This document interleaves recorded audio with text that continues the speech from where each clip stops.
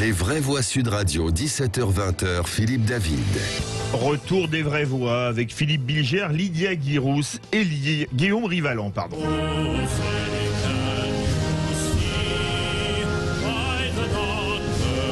Et oui, l'hymne américain, une commission municipale de la ville de New York a décidé à l'unanimité de retirer de la salle du conseil municipal une statue de Thomas Jefferson, 3e président des États-Unis. La raison, son passé esclavagiste. Il avait 600 esclaves et avait d'ailleurs eu 6 enfants avec une de ses esclaves, Sally Hemings. Pourtant, souvent présenté comme un esprit des Lumières, et comme une image tutélaire de la création des USA, Thomas Jefferson est le premier président américain ainsi déboulonné de l'espace public. En France, des demandes se font de débaptiser des rues ou de déboulonner des statues. La statue de Colbert devant l'Assemblée nationale ayant été vandalisée en juin 2020 et de voix demandant, comme Françoise de Gaulle lundi sur Sud Radio, le changement du nom de la rue Bugeaud, celui-ci ayant commis des crimes lors de la colonisation de l'Algérie, d'où notre premier débat.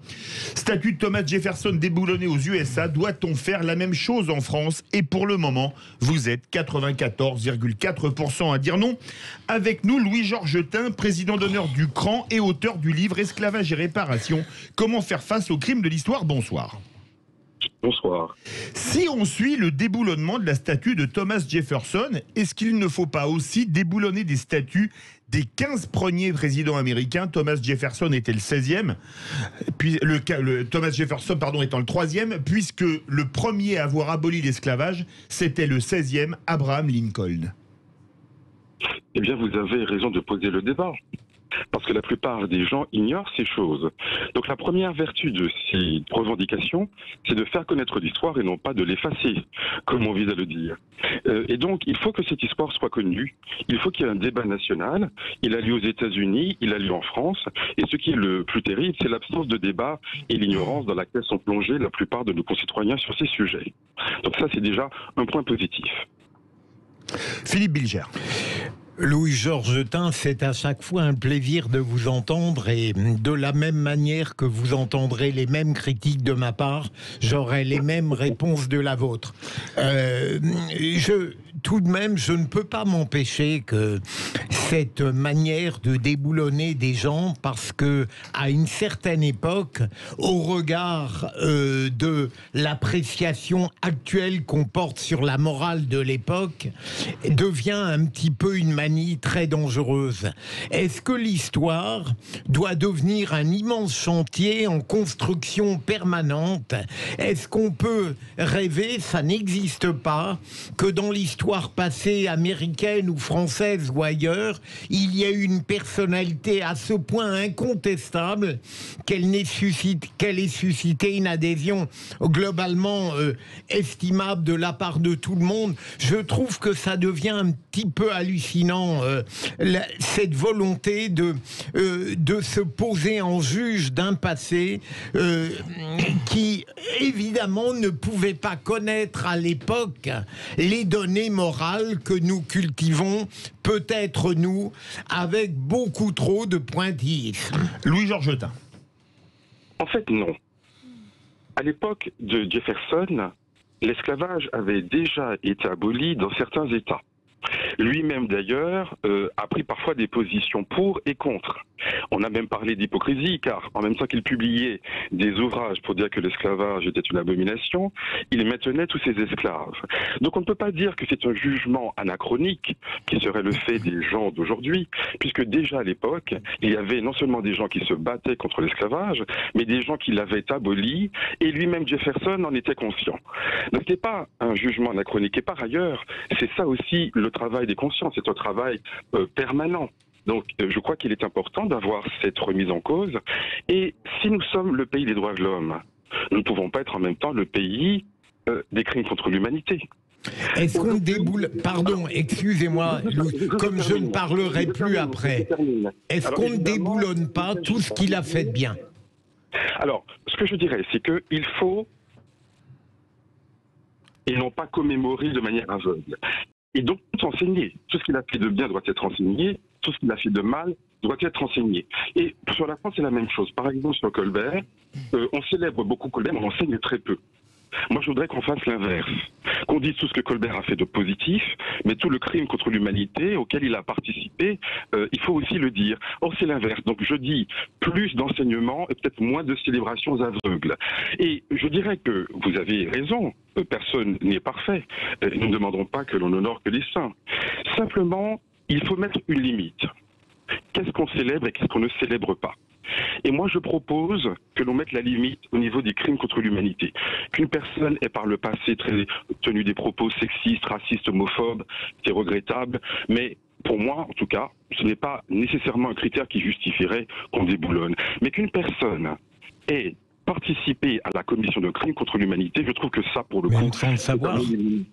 Et parce que sinon, si on dit le crime contre l'humanité n'est pas une limite, je veux dire, il n'y a plus de limite. Je vais vous poser une question, Louis-Georges Jotin, avant de donner la parole aux vraies voix.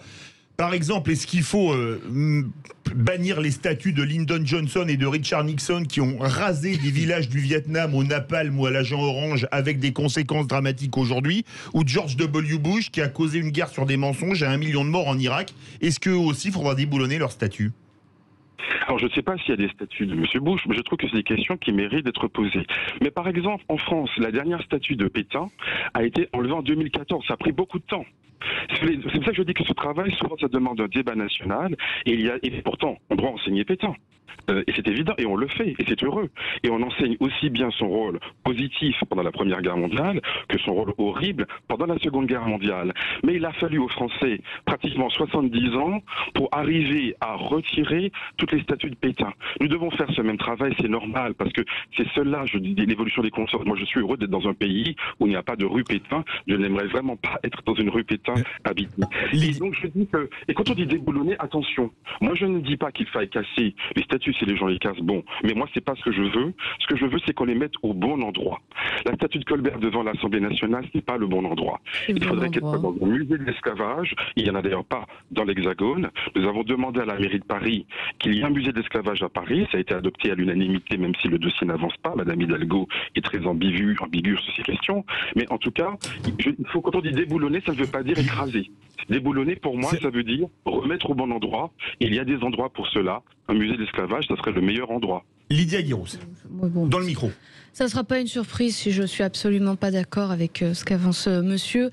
Cette cancel culture qui a la volonté de déboulonner, d'effacer une partie de notre histoire, moi j'estime que l'histoire elle s'assume dans son ensemble et qu'on ne peut pas lire les actions et la vie de personnalités d'un siècle, il y a 2 siècles ou 3 siècles avec le regard que l'on a aujourd'hui. Et il y a quelque chose qui relève d'une forme de revanche de minorité agissante et qui n'apporte rien aujourd'hui à notre pays.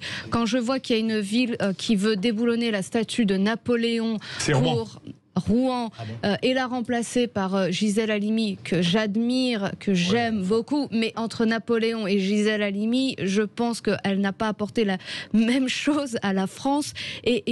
Enfin, vraiment, si on pouvait arrêter d'importer toute la bêtise des États-Unis et leurs conflits, ça ferait beaucoup de bien à la France. Et je crois que monsieur ne participe pas à l'apaisement que l'on cherche en France. Louis-Georges Jotin. Alors, si vous parlez de cancel culture, si ça veut dire qu'il faut abolir le racisme, moi je suis fier de la cancel culture, parce qu'il y a une culture du racisme, et effectivement je la combats, donc c'est normal.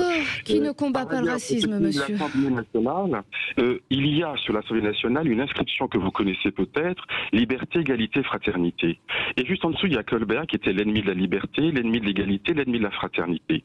Napoléon, par exemple, est celui qui a rétabli l'esclavage. Nous sommes le seul pays au monde où on a rétabli l'esclavage après l'avoir aboli. Et donc, je pense qu'il est temps que nous ayons ces débats. Il ne s'agit pas de cacher les choses, au contraire, nous sommes les premiers à faire connaître ces choses. Car jusqu'alors, sur Napoléon, personne ne parlait du crime de Napoléon. Personne ne parlait du rétablissement de l'esclavage. Et on a commencé à en parler lorsque, justement, des gens comme moi ont fait ce travail. Donc déjà, c'est pour ça que je dis que nous sommes là pour faire connaître l'histoire que certains non seulement ignoraient, mais voulaient occulter. Et par ailleurs, je dis que nous voulons en France créer l'apaisement, et là je vous rejoins complètement. Mais quel apaisement pouvons-nous créer lorsque les héros des uns sont les bourreaux des autres. Voilà pourquoi, si on veut créer l'unité nationale, il faut la créer autour de gens qui, justement, incarnent des valeurs positives et non pas des gens qui incarnent le crime contre l'humanité. Cela me paraît évident. Guillaume Rivalan, je crois que mon micro était éteint. Merci Philippe David. Sur ce sujet, plusieurs points. D'un, pour moi, il faut distinguer l'œuvre. D'ailleurs, elle a été créée peut-être par l'un de vos cousins, parce qu'il s'appelait Pierre-Jean David. Oui. Un ange. Alors, a priori, non. Mais l'œuvre, c'est une statue. C'est possible. Hein. À nouveau, l'œuvre, ce qu'elle représente et ce que l'on revendique à partir de ça. Bon, ce qu'elle représente, c'est le 3e président des États-Unis. Ah, non, c'est David Danger, le sculpteur David Danger. Oui. Pierre-Jean David Danger. C'est ça, exactement. Mais pas lien de parenté. Ce qu'elle représente, c'est le 3e président des États-Unis qui, certes, a eu des pratiques d'une époque que l'on condamne aujourd'hui, évidemment tous autour de cette table, mais pour autant, si vous voulez, il y a quand même des choses à retenir aussi dans son mandat. Il a participé à l'écriture de la déclaration d'indépendance, il a œuvré largement en faveur notamment de la liberté religieuse et de la tolérance. C'est des choses à mettre à son crédit. Bon, ce qu'elle revendique, cette statue, déjà, originellement, elle est placée là. Ensuite, c'est pas parce qu'elle est placée là qu'avec le regard et les valeurs et la morale que nous avons aujourd'hui, on doit tout faire disparaître. Et le danger de cela, c'est de tomber dans une dictature de bien-pensants. C'est-à-dire que cacher le passé, exactement, c'est d'arriver finalement dans une inculture et de ne pas comprendre les erreurs qui ont été commises par le passé. Et ça, c'est aussi grave finalement que de jouer sur une potentielle ambiguïté. Voilà. Louis-Georges Jetin, après Philippe Bilger court et on part au 0826 300 300, ça n'arrête pas d'appeler. Alors, je suis complètement d'accord avec ceux qui disent qu'il ne faut pas cacher le passé. Et ce sont précisément les militants de cette cause que je défends qui ont révélé ces choses. Qui parlait, si vous voulez, du Jefferson esclavagiste, qui parlait du crime de Napoléon, qui parlait du Code noir, si ce n'est justement les militants comme moi. Et donc, ce sont des gens comme nous qui ont fait connaître cette histoire. Donc, le faux procès qui consiste à dire vous voulez cacher le passé, alors que nous sommes les premiers justement à le faire connaître face à des gens qui ne voulaient pas en entendre parler, est un faux procès. Vous voulez surtout effacer la grandeur de certains hommes. Deuxièmement, on n'a pas besoin de statut pour enseigner. Ce n'est pas parce qu'on a enfin enlevé la dernière statue de Pétain en 2014 qu'on ne peut plus enseigner Pétain, bien au contraire. Et encore une fois, quand on enseigne Pétain, on n'a pas besoin d'ignorer ce qu'il a fait pendant la Première Guerre mondiale pour dire ce qu'il a fait pendant la Deuxième. Pareil sur Jefferson, vous avez 1000 fois raison de dire qu'il faut dire toute la contribution qui est la sienne, aussi bien en négatif qu'en positif. Mais il ne faut pas confondre histoire et mémoire. L'histoire a pour but de tout dire et de tout expliquer. La mémoire officielle a pour but de célébrer ce qui mérite d'être célébré. C'est pas la même chose. Donc, lorsque l'État dit nous allons célébrer telle personne, c'est parce que c'est une personne qui mérite d'être célébrée. Or, l'historien ne fait pas la même chose. L'historien, il dit ce qui a été. Voilà. Donc, vous confondez histoire et mémoire. Il me semble que vous vous flattez un peu trop rapidement lorsque vous affirmez à 2 reprises que vous permettez de connaître l'histoire. Précisément non, parce que d'abord ces gens-là, au moment où ils commettaient, à partir de notre regard d'aujourd'hui, des crimes contre l'humanité, ne le savaient pas, mais ça c'est un argument qui n'est pas fondamental pour vous. Le deuxième élément, c'est que vous ne permettez absolument pas de connaître l'histoire, puisque vous détachez radicalement toutes ces destinées ancienne du contexte dans lequel elle se trouvait. C'est donc le contraire d'un enseignement que vous nous donnez. C'est une manière d'enlever l'ambiguïté de l'histoire pour y plaquer votre humanisme d'aujourd'hui. Alors, on va partir au 0826 300 300. On a Renaud et Hakim qui nous appellent. Direction Rodez, dans l'Aveyron. Bonsoir Renaud. Oui, bonsoir Philippe, bonsoir à toute l'équipe, Lydia, Guirousse et puis l'excellent Philippe Bilger. Et Guillaume Rivalan. Bonsoir. Et Louis-Georges Jetin, qu'est-ce que vous voulez? Est-ce que pour vous, il faut qu'on fasse comme les États-Unis, c'est-à-dire déboulonner des statues et puis après débaptiser des rues, etc. Écoutez, au-delà de l'avis que je peux en avoir, j'ai trouvé des gens très intéressants parce qu'ils témoignent de la réalité dans laquelle on vit. Je rejoins totalement le philosophe Marcel Gauchet qui disait encore il n'y a pas très longtemps, ce qui caractérise notre époque, c'est la dépolitisation et la radicalité. Et M. Tain en est un exemple tout à fait criant, puisque l'émotion a pris le pas sur l'histoire. Et je rejoins totalement ce que dit Philippe Bilger, c'est-à-dire qu'aujourd'hui, il n'y a plus la moindre nuance possible. Donc, il y a, si je caricature un peu, le camp des méchants et le camp des gentils. Je comprends tout à fait Assez court. je comprends tout à fait l'attitude de Monsieur Tain. Mais moi j'ai repensé à quelque chose quand il a parlé. J'ai repensé à la fameuse blague de Pierre Desproges qui disait « Je prendrai ma carte à SOS Racisme quand racisme ce sera écrit au pluriel ». J'ai envie de paraphraser l'immense Pierre Desproges en disant « Moi, je me battrai contre les crimes contre l'humanité quand crime sera écrit au pluriel ». Sous-entendu que on a vraiment le sentiment qu'on est dans une forme de ressentiment à chaque fois, Oui. et que la France et l'Occident sont responsables de tous les malheurs du monde. Alors Renaud, merci beaucoup parce que Je finis, très court. Je voudrais juste dire que il n'y a pas de bonté dans l'homme depuis que l'humanité existe. Donc des crimes, la colonisation, évidemment, il y a des choses épouvantables, on est tout à fait d'accord. Mais si on parle là-dedans, c'est sans fin. Les Espagnols pourraient demander réparation aux Arabes parce qu'ils ont été envahis pendant 700 ans. Donc je veux dire, à un moment donné, on peut trouver n'importe quelle région du monde Bien sûr. où il y aura eu des horreurs qui ont été commises. Donc si on est dans le ressentiment, pourquoi pas. Mais je pense pas que ce soit une bonne solution pour avancer. Voilà, on est dans la radicalité. Merci Renaud, on va à Villeneuve-sur-Lot. Bonsoir Hakim. Bonsoir. Alors vous, qu'est-ce que vous en pensez? Est-ce qu'il faut faire comme les Américains? Oui, alors moi je pense que la mairie de New York a eu tort de faire ça. Jefferson, comme ça a été rappelé, il a été président des États-Unis, il a participé à la déclaration d'indépendance des États-Unis, et je crois même, si de mémoire, ça remonte à des vieilles études, je crois même qu'il a participé à la rédaction de la Constitution américaine, mais je peux me tromper.